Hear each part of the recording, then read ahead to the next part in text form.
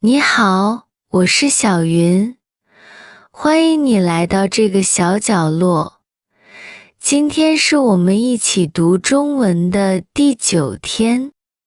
今天的短文叫《我小时候的梦想》，我们一起慢慢来。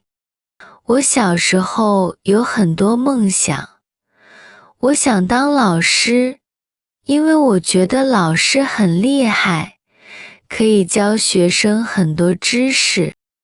我也想当医生，因为医生可以帮助很多人。我觉得这是一件很有意义的事。我还喜欢小动物，所以我也想当兽医。我想给小猫小狗看病，让它们健健康康的。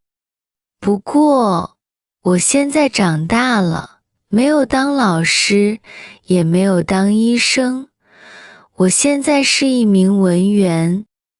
虽然我没有实现小时候的梦想，但是我现在依然很喜欢学习。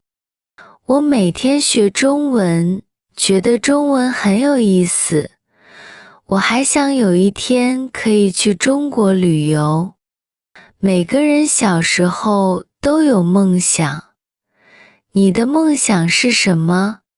你可以在评论区写一句：我小时候想当老师。我们明天见。